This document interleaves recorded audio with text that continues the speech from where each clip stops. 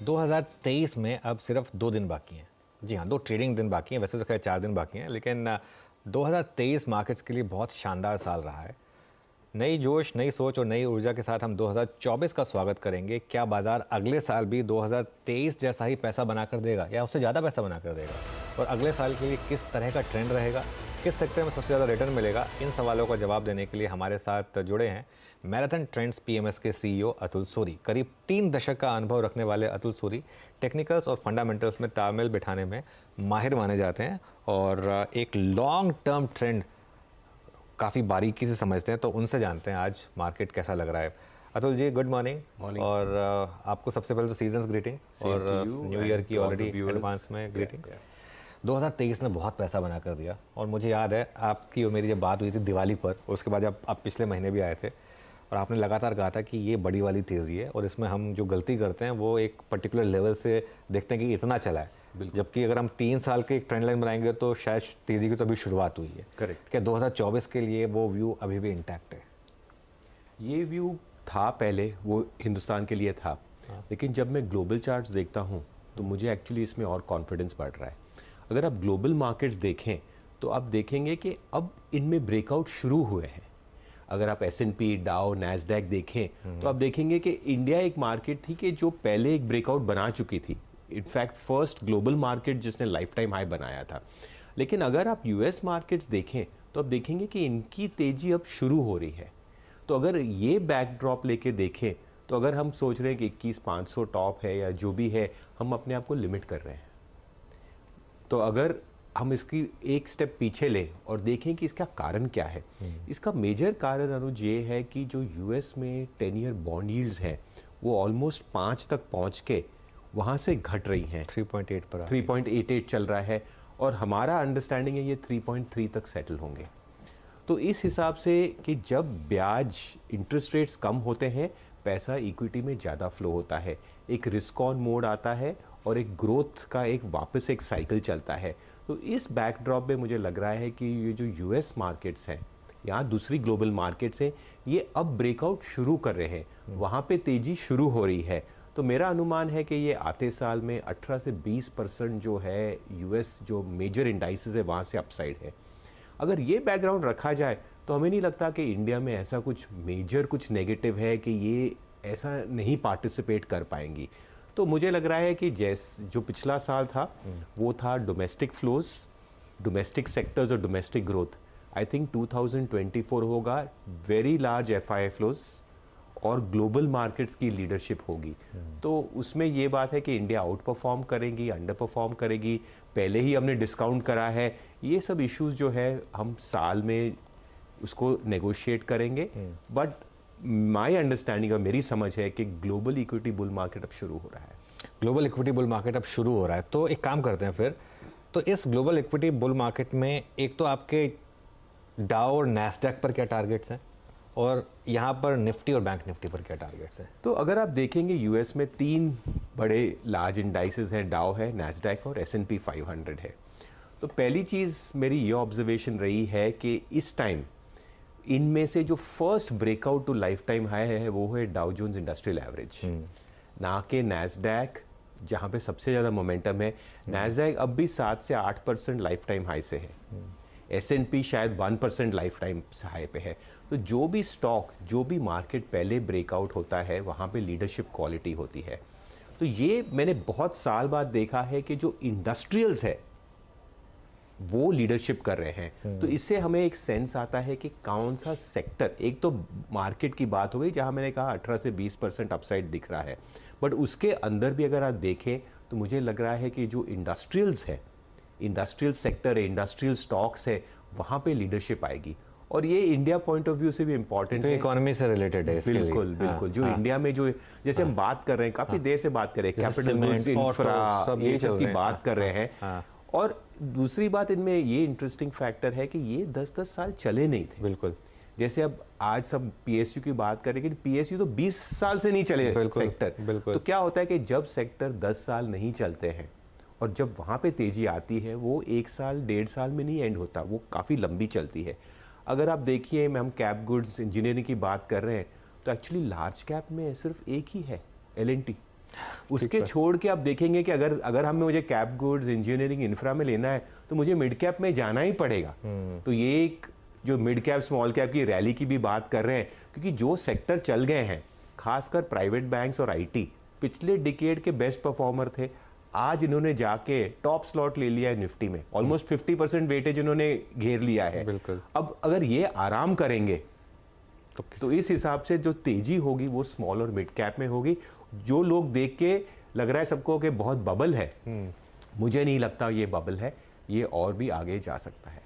तो आपका ये कहना है, और आपने, मुझे याद है ये पिछले जब 12 आप आए थे तो मैंने कहा था कि इस साल तो मिड कैप 40% चला है, निफ्टी सिर्फ 5 या 6% चला है, तब उतना ही था, अब तो खैर ज़्यादा हो गया। तो आपने कहा था क्योंकि हम इस साल का मुंह देख रहे हैं, 3 साल का नहीं देख रहे। करेक्ट। और अभी तो जो बहुत बड़ी बेयर मार्केट आई थी मिड और स्मॉल कैप में, उसकी भरपाई करी है। करेक्ट। तो यहाँ से अगले 3 से 4 साल में मिड कैप और स्मॉल कैप में आपको लग रहा है इंडेक्स लेवल भी 15-16% की कंपाउंडिंग हो सकती है? बिकॉज देखिए, हमने जो स्टडी की है मार्केट्स में, हम साइकिल्स पर देखते हैं, जब भी तेजी होती है बाजार में स्मॉल और मिड कैप आउट परफॉर्म होंगे, और जब मार्केट करेक्ट होगा तो ये ज़्यादा घटते हैं। तो अगर हमें मार्केट में अपसाइड पोटेंशियल लग रहा है तो इस हिसाब से स्मॉल और मिड कैप का आउट परफॉर्मेंस जाहिर है।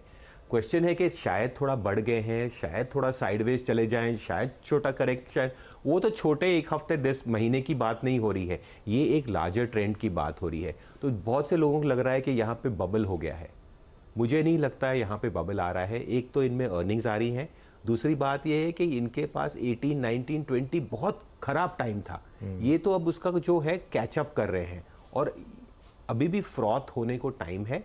सेक्टर्स और थीम्स जो चल रहे हैं वो एक्चुअली उनमें इसका बहुत बड़ा रिप्रेजेंटेशन है। तो मुझे लग रहा है कि आगे लोगों को क्या है, 1 साल बढ़ गया है, लोगों को लगता है कि 1 साल की तेजी होती है, 1 साल की मंदी होती है। अगर आप 2003 और 8 की जो बुल मार्केट देखे हैं तो एक 5 साल की भी तेजी हो सकती है। और याद है उसमें 3 बार मार्केट नीचे का सर्किट भी लगा था, करेक्शन हुई थी। हाँ। बिल्कुल, लेकिन फिर भी हम उसे एक बुल मार्केट कहते हैं। तो मैं नहीं कह रहा कि कल करेक्शन ही हो, करेक्शन होना है, इनफैक्ट करेक्शन होना ज़रूरी होता है, क्योंकि उससे क्या होता है कि एक्सेसेस कम हो जाते हैं।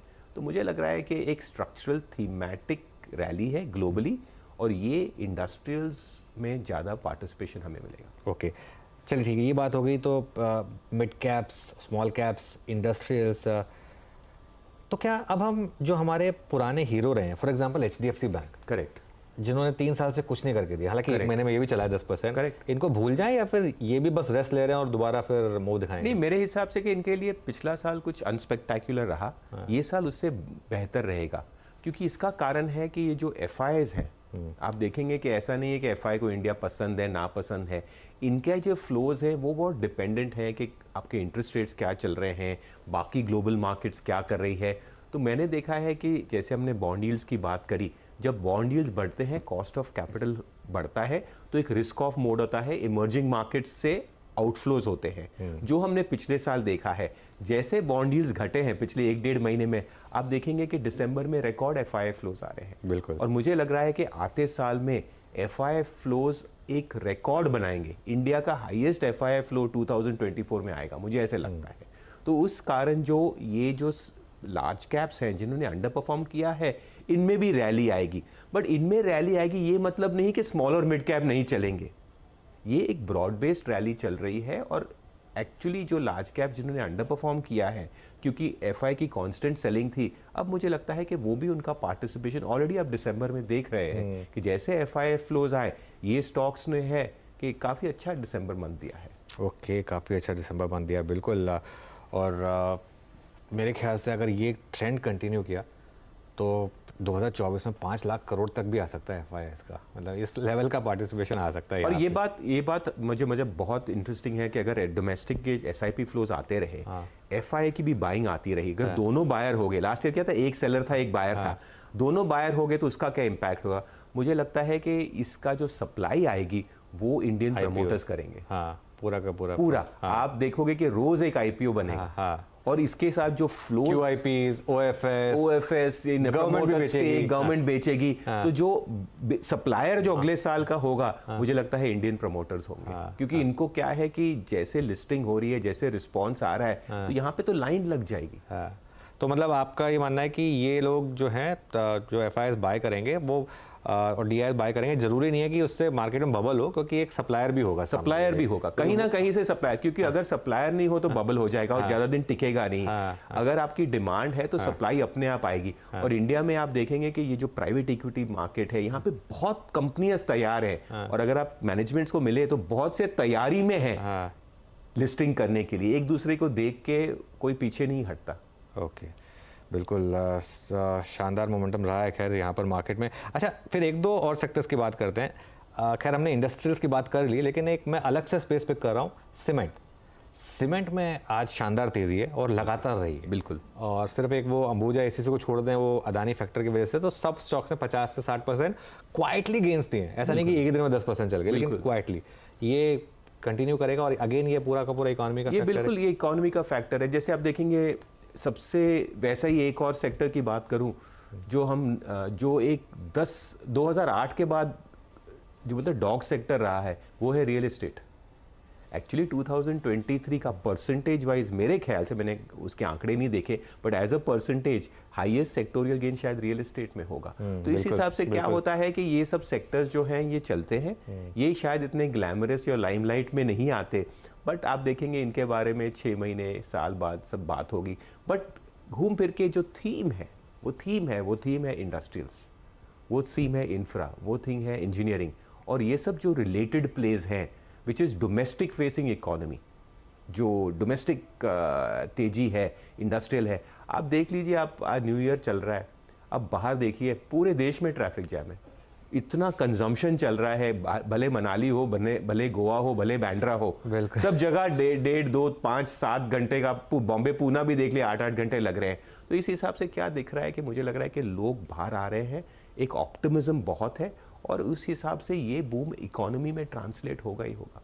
बिल्कुल ट्रांसलेट होगा। कोई ऐसी स्पेस जहां पर आप थोड़े से नर्वस हैं, आपको लग रहा है कि अब थोड़ा अवॉइड करना चाहिए? मुझे नर्वस हिसाब से नहीं है, कि मार्केट लाइफ टाइम में तो सब चलता है, बट इन टाइम्स में जो डिफेंसिव सेक्टर्स होते हैं उनकी अंडर परफॉर्मेंस आती है। ऐसा नहीं पैसा नहीं बनेगा, बट एफएमसीजी है, फार्मा है, आप ट्रेडिशनली देखेंगे कि जब ये इंडस्ट्रियल्स का बुल मार्केट होता है तो ये एक डिफेंसिव सेक्टर्स होते हैं, तो इनमें क्या होता है, रिलेटिवली अंडर परफॉर्मेंस आती है। मैं नहीं कहता ये खराब है, बहुत अच्छे सेक्टर है, मंदी में तो बहुत काम आते हैं, बट फिलहाल जब फुल ब्लोन तेजी होती है तो लोगों को एक बहुत रिस्क ऑन मोड होता है, ये थोड़े रिस्क ऑफ मोड में होते हैं, तो इनमें थोड़ी एक रिलेटिव अंडर परफॉर्मेंस आती है। ओके अच्छा, एक दो चीज़ें और मुझे डिस्कस करनी थी आपसे, क्योंकि आप ग्लोबल फैक्टर्स को इतनी बारीकी से पढ़ते हैं और समझते हैं। इन सब का दो चीज़ों पर क्या इम्पैक्ट होगा, एक तो क्रूड प्राइसेस पर और एक बाकी की कमोडिटीज़ पर, क्योंकि हम अभी भी एक कमोडिटी कंज्यूमिंग नेशन है। करेक्ट। तो यहाँ पर क्या मूव लग रहा है आपको, और उससे आपको लगता है कि अगर बड़ा कमोडिटी सुपर साइकिल आई अगर किसी वजह से, तो क्या इंडिया पे उसका इम्पैक्ट आएगा, या फिर क्योंकि हमारी खुद की डोमेस्टिक इकोनॉमी की स्ट्रेंथ इनहेरेंट होगी, हम उसको एब्जॉर्ब कर लेंगे? इन्फ्लेशन के दो हिस्से होते हैं, एक तो होता है कमोडिटी जिसके बारे में बात कर रहे हैं, बट मुझे लगता है कि ग्लोबल ग्रोथ भी रहेगी, लेकिन कमोडिटीज़ ऐसा नहीं है कि बहुत बढ़ जाएंगे। क्रूड केस इन पॉइंट, अगर आप क्रूड भी देखें तो मुझे लगता है कि क्रूड कहता है उसे नीचे जाना है, बट कभी क्या है, ओपेक प्लस का कार्टलाइजेशन आ जाता है, अभी ये जो सब ड्रोन स्ट्राइक्स आ रहे हैं, तो इनके क्या होता है कि जियोपॉलिटिकल जो इश्यूज हैं उनके कारण ये बीच बीच में स्पाइक होता है। क्रूड 70 था, वापस 80 हो गया है ब्रेंट। तो इस हिसाब से ये जियोपॉलिटिक्स हर समय तो बॉयल पे नहीं रह सकते, बट आप देखेंगे कि जब ये क्लीन आउट हो जाते हैं, crude tends to get lower. तो मुझे लगता है कि कमोडिटीज़ ऐसा नहीं है, अच्छे रहेंगे, एलिवेटेड रहेंगे, अच्छी बात है, बट ऐसा नहीं है कि ये एकदम रन अवे होके ये एक इक्विटी मार्केट तेजी को ट्रिप कर पाए। दूसरा इशू जो मुझे वेस्टर्न मार्केट्स में लगता है वो है जॉब जो रिलेटेड है, जो ह्यूमन इन्फ्लेशन है। अगर आप देखेंगे तो इन कंट्रीज़ में इनके डेमोग्राफिक्स फेवर में नहीं है, प्लस अब क्या है, इमिग्रेशन भी हॉल्ट कर काफ़ी इन्होंने टाइट कर दी है, तो इस हिसाब से जो लेबर कॉस्ट है वहाँ पे वो एक एलिवेटेड रहेगी, तो वो एक्चुअली इंडिया के लिए अच्छा है, बिकॉज ये बहुत अच्छा आउटसोर्सिंग मोड हो जाता है। बट मुझे नहीं लगता कि कमोडिटीज़ एलिवेटेड रहेंगी, ऐसा नहीं कि कचरे के भाव बिकेंगी, बट उस हिसाब से उनकी फेयर प्राइसिंग रहेगी, बट इक्विटी मार्केट को वो ट्रिप नहीं करेंगी। ओके, बिल्कुल इक्विटी मार्केट को ट्रिप नहीं करेंगी। और डॉलर लग रहा है डबल डिजिट में जाने की तयरी कर रहा है, डॉलर इंडेक्स। डॉलर मेरे हिसाब से कि एक जो वो जो लेवल्स हैं वो शायद डबल डिजिट के थोड़ा ही ऊपर चले, और वो एक अच्छी बात है, बिकॉज क्या होता है कि अगर जो डॉलर थोड़ा वीकिश या फ्लैटिश रहता है, ये जैसे मैंने बताया था रिस्क ऑन ट्रेड की बात होती है, ये एक रिस्क ऑन के लिए अच्छा होता है, इमर्जिंग मार्केट्स के लिए अच्छा होता है, और वो हिसाब से हम देख रहे हैं। सबसे इंटरेस्टिंग कमोडिटी चार्ट एक्चुअली दुनिया में देखा जाए तो गोल्ड का है। अगर आप देखेंगे गोल्ड ने बहुत देर से एक कंसोलिडेटिव करके एक ऑलमोस्ट ब्रेकआउट लेवल पे है, और जैसे हमने देखा है कि जब यूएस फेड रेट कट करता है तो गोल्ड में एक मूव आता है। तो अगर मुझे किसी कमोडिटी में बेट लेना हो तो शायद मैं गोल्ड पे लूँ। ओके, किसी कमोडिटी में बैठ लिया तो गोल्ड पे लेंगे, ये एक इंटरेस्टिंग हो गया मूव यहाँ पर। मैं एक चीज़ जो नोटिस कर रहा था कि पिछले 6 महीने में लोगों ने जो सबसे ज़्यादा पैसा बनाया है वो रिलेटिवली न्यू सेक्टर्स में, जैसे रेलवे, हमने कभी रेलवे एज ए थीम बात नहीं की, बिल्कुल। डिफेंस कभी एज ए थीम बात नहीं हुई थी, इनमें बहुत पैसा बना है। तो 2 पार्ट सवाल, पहला तो इन 2 थीम्स में क्या करें, और दूसरा ऐसी कोई नई थीम निकल के आ रही है जिसको नेशनल स्टेज पे पकड़ा जा सकता है?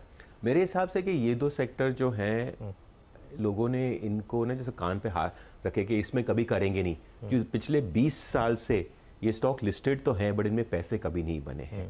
बट एक चीज़ आप देखोगे कि फंडामेंटली काफ़ी चेंज हुआ है, साइज़ ऑफ अपॉर्चुनिटी बड़ी है, बट जो गवर्नमेंट के कॉन्ट्रैक्ट्स हुए हैं, जो डोल आउट हुए हैं, दैट इज़ मैसिव। अब सिर्फ बात है एग्जीक्यूशन की। अब जैसे एग्जीक्यूशन का तो टाइम हमसे पता है, लेकिन अब जैसे डिफेंस कंपनीज़ हैं, इनके जो रिकॉर्ड ऑर्डर बुक्स हैं, अब इनकी एग्जीक्यूशन कैसे होती है वो तो हमें टाइम ही बताएगा, बट मार्केट इनको फैक्टर इन करी थी। नंबर 2, ये बहुत ही under on the, as a said लोगों ने इनको छोड़ दिया था, भूल गए थे। तो इस हिसाब से क्या होता है कि जब ये सेक्टर्स या थीम चलते हैं, रेलवेज है, डिफेंस है, तो लोगों को इक्वल वेट करने में ही इनमें काफ़ी मूव आ जाती है। तो मुझे लगता है कि ये एक थीमेटिक एक ग्राउंड पे चेंज हो रहा है, एक एग्जीक्यूशन चेंज हो रहा है, और वो रिफ्लेक्शन दे रहा है मार्केट में। ऑलराइट, तो अतुल जी बहुत बहुत शुक्रिया आज हमारे साथ जुड़ने के लिए, और आपको एक बार फिर से 2024 की बहुत same to you and all the viewers. Okay, चलिए ये बात हुई मार्केट के लॉन्ग टर्म ट्रेंड